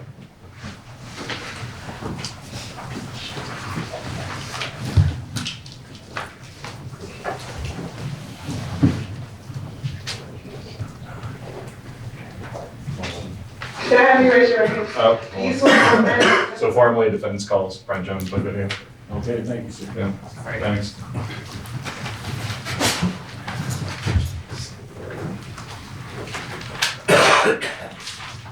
Can I have you raise your right hand? Do you swear or affirm that the testimony you give will be the truth, the whole truth, and nothing but the truth? Yes. So, What's your name for the record, sir? Brent Allen Jones. All right, tell us briefly about your education, Mr. Jones. High school, Ojai, California. Then I went to UC Riverside for 1 year pre-med. Didn't like it. I went to Embry-Riddle Aeronautical University for 2 years. I got a pilot slot in the Air Force, but then I got a rare disease called Guillain-Barré. Was completely paralyzed. I then moved home with my parents. I went to, as I was recovering, I went to Ventura Junior College.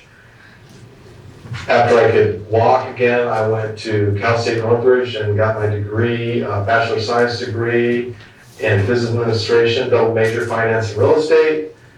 Then after that, I went to Pepperdine University School of Law, graduated from Pepperdine in '91 with a Juris Doctorate, and then I passed the bar, and then various continuing educations over the years. And how long was your bar license active? About 10 years, I believe. So around 2000.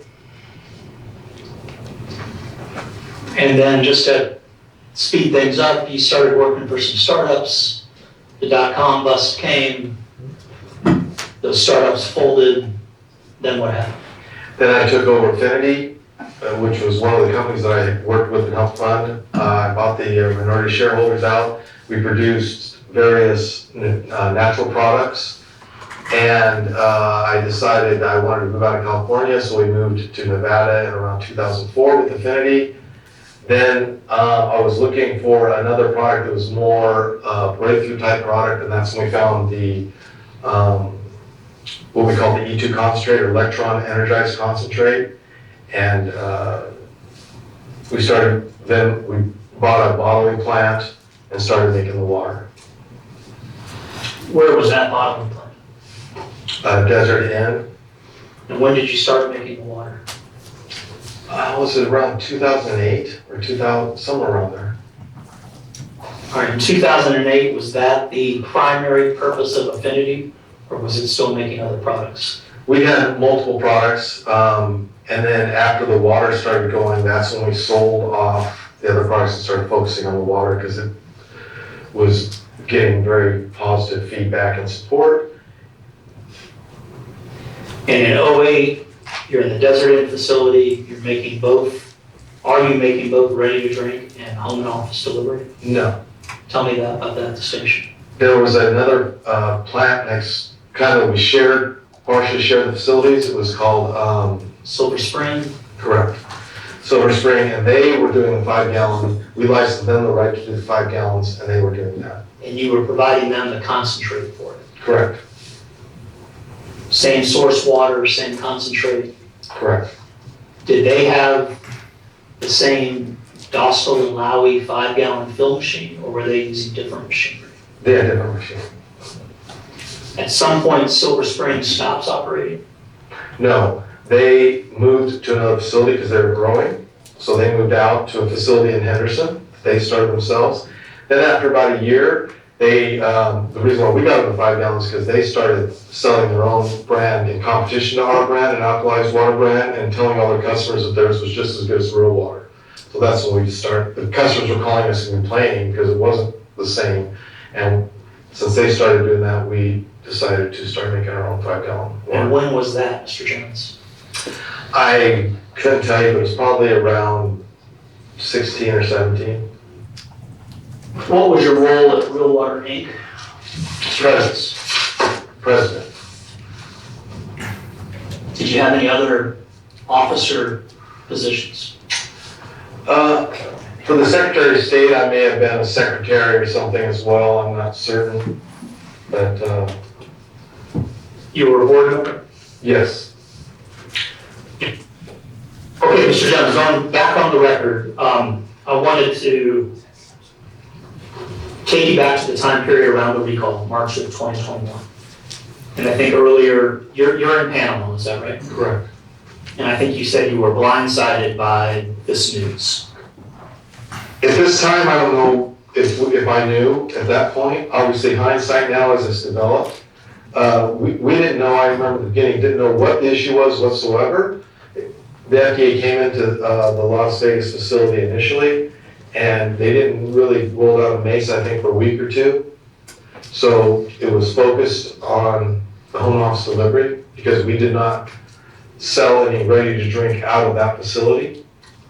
They was all sold by distributors such as UNFI or KE or Nevada Beverage.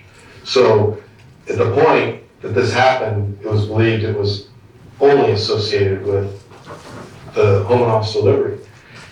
And I guess subsequently people claim that they're ready to drink, but at the time we didn't have any thoughts that it was any association. Well, all right, did you do any investigation into what went wrong when people got, first of all, let me do this. Are you aware of an association between consuming real water 5-gallon jugs in the fall of 2020 and liver injuries? I'll just, so we can cut to the chase, I'll answer, I think, what you're asking me. And if it isn't, you can get me to clarify. We had no idea that I had no idea that our water was causing problems. My own son Blaine got very sick, and at the same time, we didn't stop drinking raw water. We didn't have any idea that it was associated with raw water whatsoever.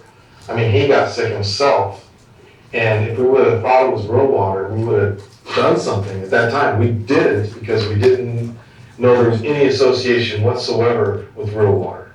So no, I did not think that there was any problem with real water in October or November of 2020.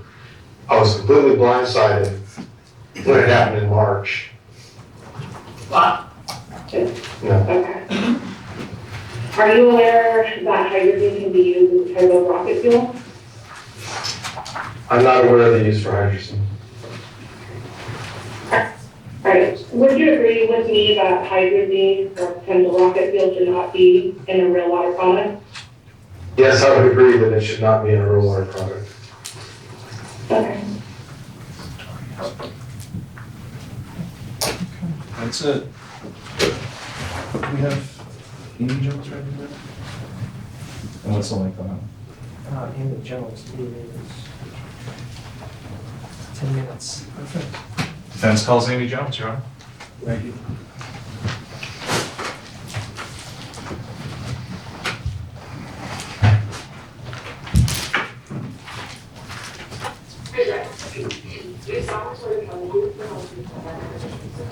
Yeah. Can you tell me the extent of your educational background after high school? Yeah, I did go to college, to Community College, Southern Nevada Community College for a year, and then thereafter I went to Ryman College, looking to do dentistry, into the dentistry industry. And how do you spell Ryman? BRYMAN. Is that here in Clark County? No, Ontario, California. Okay, so you went to community college here for a year, approximately, right? Correct. Yeah. Okay, so 1 year at community college and then to dental school for a year? Yeah, roughly. Okay. And in community college, did you have a particular focus? Yeah, I wanted to become a dentist. That was objective. So if you take a look at the little exhibit 33, that would be one of the labels for real water, right? Yes, sir. And that says that there's a goal of 8 pH, Yes. right? Was the objective that the pH level be 8?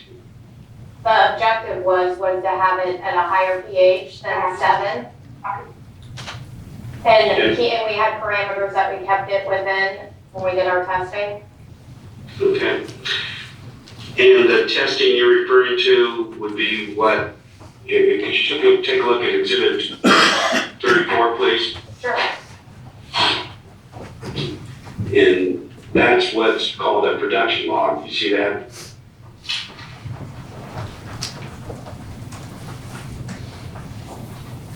Yes, I do. And you see where we have the measurements of pH on the right, and for all these days we have 8. Yes, Is this the testing you're referring to that Real Water was doing on the pH? this should be our outgoing water log, yes. Okay. And by outgoing water log, you're talking about the water that's produced. Well, let me clarify, we would do incoming water logs, which we would test the TDS and things of that nature. And then after the water was filtered and went through the whole process, we would do an outgoing water test, and that's what this form seems to be that I have in front of me right now. And that was before, after we bottled it. Okay, and the outgoing water test would be done after the concentrate is put in. That's right? correct, after it went through the whole process. Okay. And it looks like you're hitting the pH of 8 fairly consistency during this time period from February 10th, 2017 to March 25th, 2017, right? Looks that way, yes. All right, you've already answered some questions about this. It's Real Water's water log, you called it. Correct, outgoing water log, yes. Outgoing water log.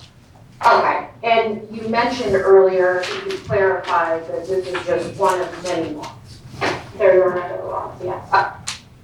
Okay, we see here, there's a column that says ORP on this water log. You see what I'm talking about? Yes. Okay. Can you confirm that those would be the measurements that each one of these people would have taken and then recorded on this water log? I can testify to the fact that that is what was filled out by whomever wrote this, which it looks like it was Dwayne. Sure. That's what they were supposed to do, was put the ORP reading that they got in that ORP column, right? Yes. Okay. Was Real Water's ORP parameter typically -180 to -200? I can't tell you for certain, I don't recall off the top of my head. Okay. Do you recall any ORP parameters that Real Water had at any point in time? I know that at one point it probably was around the highest that we would have on the form would have been around 250. I can't say if that's exactly -250 for the outgoing water. Okay. Somewhere around there. I'm not going to say that specifically yet, but. Ms. Jones, what were your job titles in Real Water? I had various job titles, different times. As I stated before in the beginning, I was a demo girl when I first came on. I was then, I didn't really exactly have a title at the time, but I was working on our multi-level marketing. That was basically the same time as doing demos. I was in our sales department as well, overseeing that.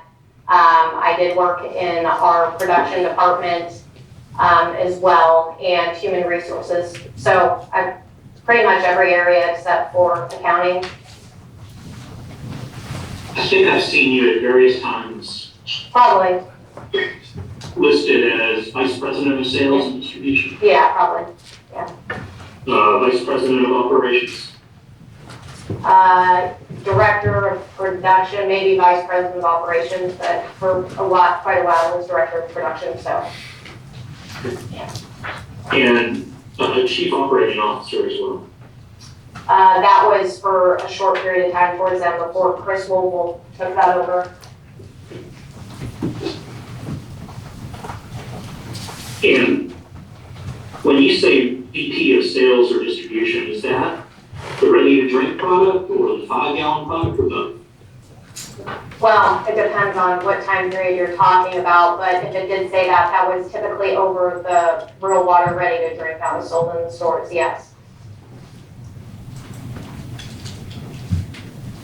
And same question as to Director of Production. Does that refer to ready-to-drink or 5-gallon or both? That could have been both, just depending on what the time window was. I did do quite a bit in our home and office delivery as well for a period of time. at the same time also overseeing production for the ready to drink. So I think it'd be fair to say it could have been both, just depending on the time window you're looking at. Okay, let's zero in on a couple. In the fall of 2020, what roles did you play for the company? Let's see. Give me a minute. I have to kind of recall back to that time. Do you have like a specific month that you're looking at? Yeah, September, let's focus October? on October, November. This is shortly after, as I understand it, you moved from Desert Inn and operations split into Mesa and Henderson. Yeah, okay, yeah, I got clarification on that. So we, that was when we were actually doing the multi-level marketing again, so to zero in on that question earlier. We were, just starting that out, and I was in charge of getting the software on that going. It's quite a task. And then also we were in the process of moving, I was transitioning my VP of operations is probably how I was listed at that time, I'd imagine, via my emails. That was being transitioned over to Chris Wolfel and Larry Brown in Mesa, Arizona. So I did a little bit of, passing the baton, if you will, for production. And then I had my hands in the multi-level marketing. Okay. Well, based on your experience at Real Water, was it standard or not standard for these retailers to do audits of your facility? But like I said before, Costco was the only one for the time that I was there that did these audits. And do you have an understanding as to what Real Water's manufacturing specifications were in 2017 about the range of pH for the product? Well, we certainly wanted it above 7.3, if you will. We'll just round it up. As far as the max that we had in the parameters, like I said before, I don't recall specifically what they were regardless of the year. Go ahead. All right. Do you know if it was a range? Yeah, I would imagine we had a range from 7.3 or something like that, and they're up. I mean, I would imagine it wouldn't go over, 10, but I mean, I'm sure there was some range there. I just can't tell you specifically. Okay, and would that have been stated in Real Water's SOPs? I can't say for certain if it was in the SOPs, but like I had mentioned before, we did have parameters in our log for the incoming and outgoing water with what we'd like to see the average pH be at time of manufacturing. Do you know if the pH level for Real Water had the ability to change after the time of manufacture? I think that's why it's at the time of manufacture, because there could be a slight fluctuation.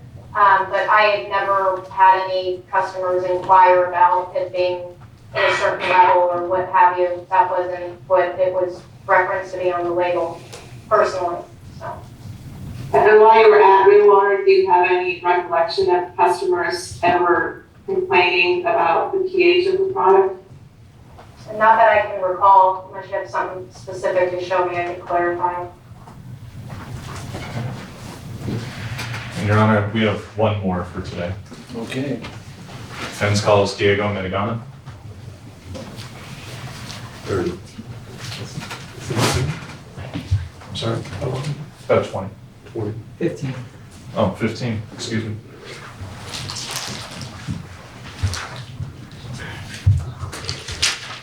On a square, you will interpret the following testimony from English into Spanish and from Spanish into English to the best of your ability. I do. Thank you. Sir, please raise your right hand. Señor, por favor, levante su mano derecha. Do you solemnly swear the testimony you're about to give in this deposition will be the truth, the whole truth, and nothing but the truth, so help you God? ¿Jura usted solemnemente que el testimonio que va a dar en esta declaración juramentada va a ser la verdad, solo la verdad y nada más que la verdad con la ayuda de Dios? Yes.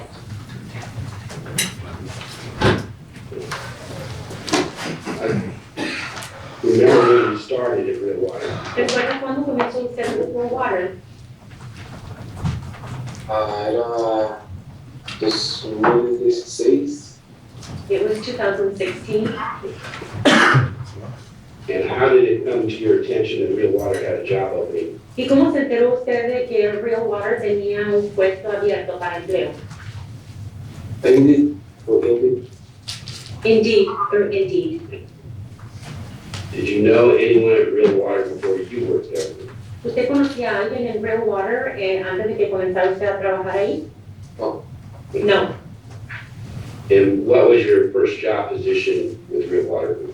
¿Y cuál fue su primer puesto de trabajo con usted con Real Water? Trabajador de línea. I was a lead worker. That also called lead technician? Eso también es técnico lead o lead technician en inglés. No, dije trabajador de línea, como line worker. Or I said line worker. Line worker.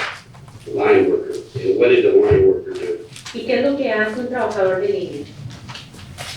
Varias cosas, empacar las aguas, armar las cajas para empacar las aguas, para sellar las cajas, ponerlas en las paletas y cambiarlas para shipping. Well, several things. Packing, I also pack boxes, I seal them, I put them on pallets, and I ship them. And did you help make the water? ¿Usted ayudaba a hacer el agua? Y, no al principio.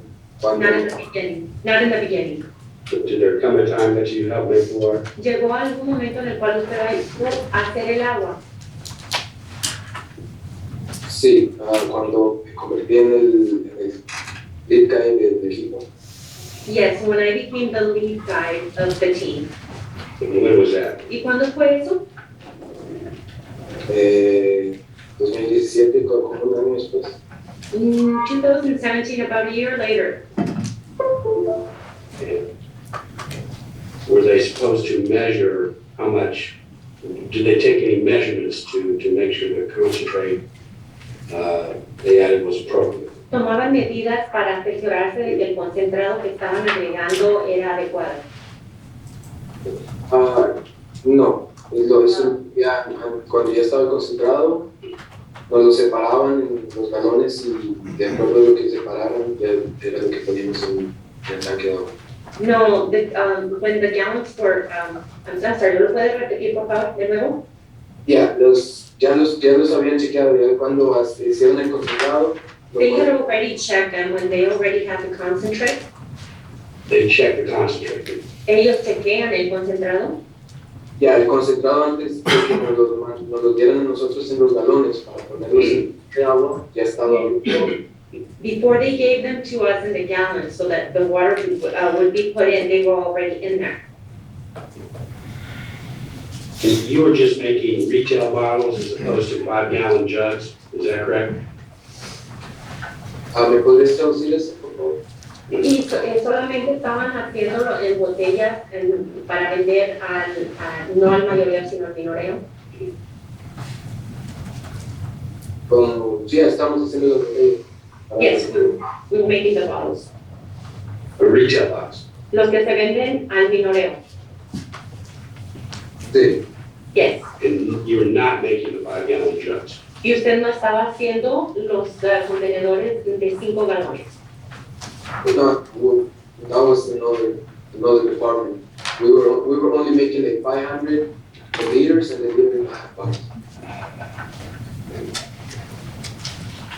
Now, did Real Water also have written procedures?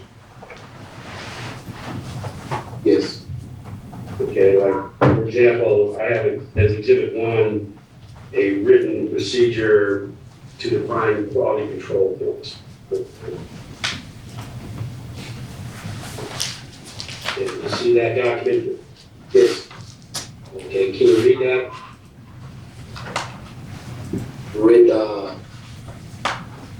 You want me to read that? Yeah, some of the witnesses suggested that there was a request made to translate some of these things into Spanish. Are you aware of that? Yeah, well, I talked to the lady and she told me that there was going to be a translator just in case if I needed some help. Okay. So you talked to someone at Real Water and they said they would provide you a translator? Oh, no, in Real Water, no, yeah, I was able to read it. Oh, okay, so you can read this document? Yeah, I can. Okay, great. Have you ever seen this document prior to today? Yes, I believe so. Okay, and you know what a critical control point is? I don't remember. Okay, you know what a HACCP team is? HACCP team? Honestly, I don't remember. They would teach us all of that. Like we used to have like classes and have like videos about it, and I just don't remember about it. Okay. How often did you use these written procedures, if at all? Like using. Did you use them on a day-to-day basis to do your job? Not really. I mean, we knew what to do already. You know, we didn't have to. Okay. And how did you know what to do? They used to tell us, they used to teach us like what to do, how to do it, and that's how we. Okay, on the document that I have as Exhibit 1, it talks about a Director of Quality Control. Do you see that title there? Yes. Who was the Director of Quality Control when you were there? Director of Quality Control. It will be. It used to be it used to be a Karen office. They would change. People they would get a fire or something. They would change. Okay, there was a warehouse where the pallets were stored, correct? Yes. Were there traps in there for rodents or mice? Oh yes. Yeah, there was. It was. I'm not sure what it was, but I knew it was a guy that used to go like probably like once or twice a month to change something on those trucks. And did you ever see evidence that there had been rodents or mice there? No. See any droppings from rodents or mice, perhaps? No. All right. Now,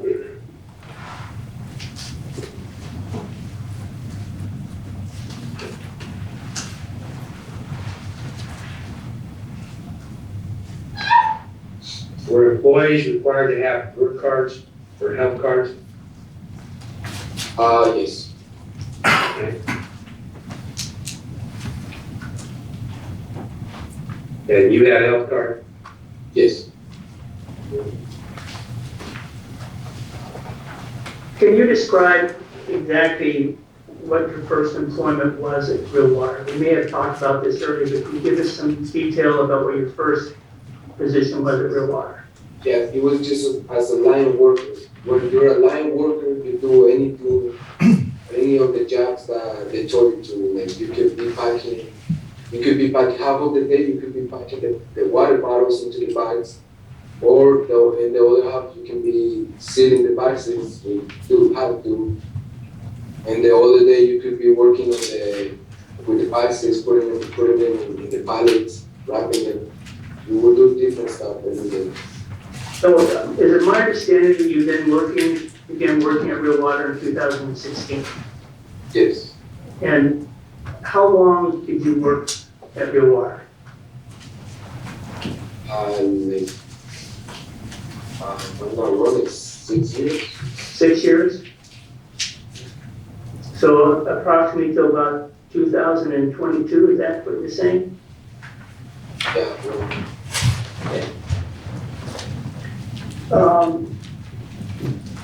When you started working at the manufacturing plant in Las Vegas, was that at the Desert Inn facility? Yes. And your role, as you had just described previously, about doing a little bit of everything, is that correct? Is that correct? Yes. Now, which shift did you work when you were working at Real Water? Morning shift. Was that from 6 a.m. to 4 p.m.?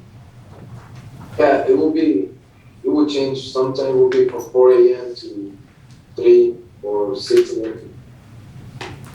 How many days a week did you work? 5 or 6 sometimes.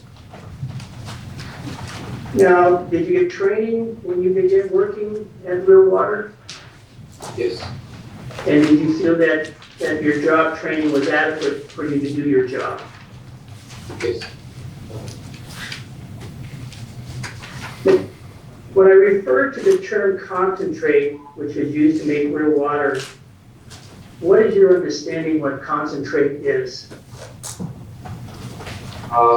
The concentrate, real water would be like the formula they have for the water to be real water.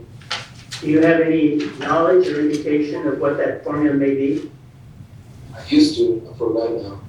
So you have no recollection of what the formula may be for the concentrate? I don't remember. Was there a time when you knew the formula for the concentrate? Yeah, something they would try to ask about negative items, some stuff like that, but I don't remember now. Do you know where the concentrate was made? Yes. And where was that? It was like a clean room right there in the same warehouse. Would that be in the Desert Inn facility? And who made the concentrate to the best of your recollection? It will be Lane. It'd be Blaine Jones? Yes. Anyone else that you're familiar with or know that made the concentrate? No. Were you ever in that clean room? No.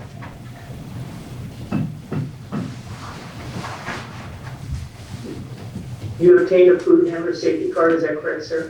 Yes. When did you first receive the card?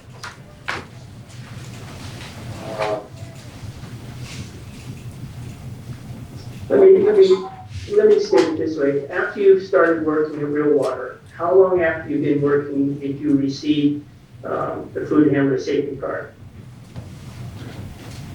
Probably like 10 months after. And you received that from the Southern Nevada Health District?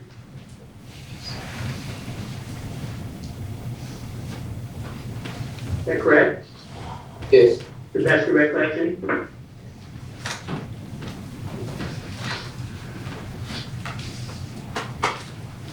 Was there come a time after you began working at Real Water that your job title or duties changed? Yes. When did they change? When? Yes, how long after you began working at Real Water did your job title or duties change? When I first started, like a year later, I was a lead guy. Then 2 years later, I was a supervisor. And probably like 4 years later, I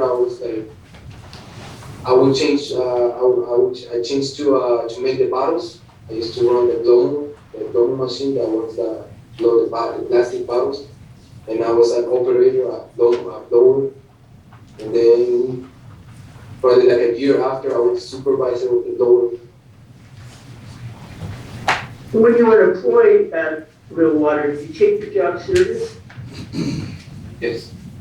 Did you work hard? Yes. Did you value your job? Yes. Now, you were paid every 2 weeks, is that correct? Yes. Is it fair to say that in any given 2 week period, you work almost 90 hours? Yeah.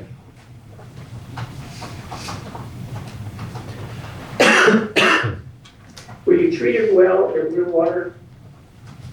Yes. At the time that you were employed at Real Water in Desert Inn and at Mesa, did you have any concerns with the production of Real Water? No.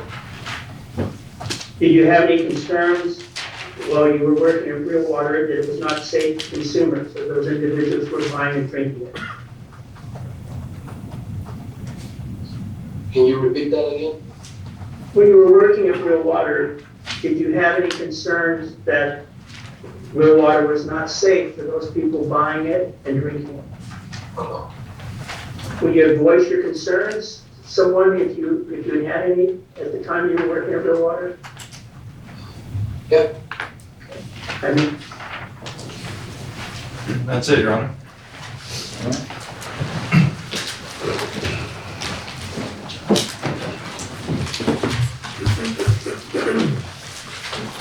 Okay, ladies and gentlemen, I think it's time to go home. 10 minutes prior on Friday. And remember, your admonishment after conversion, there were no questions, well, I guess. Your admonishment after conversion amongst yourself, if there's anyone else on any subject matter connected to this trial, read, watch, or listen to the report on the commentary on the trial, by any persons connected with this case, without any meetings and information, including without limitations, newspaper, television, radio, social media, Facebook, Twitter, and live. Or last but not least, in a former express any opinion on any subject connected to this trial to the cause of privacy will be. Council, I'm thinking 9 o'clock, what do you think? That's great, Your Honor. Sure, Your Honor. 9 o'clock. 9 o'clock, Your Honor. All rise for the departure of jurors.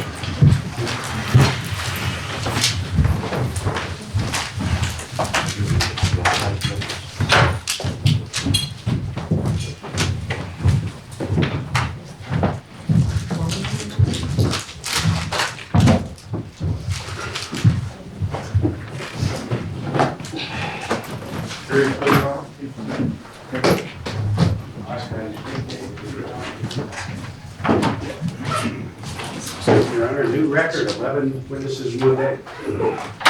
That's pretty impressive.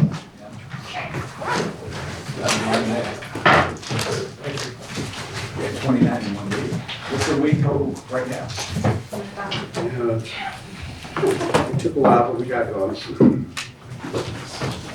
So we have 29 witnesses this week? This week we had,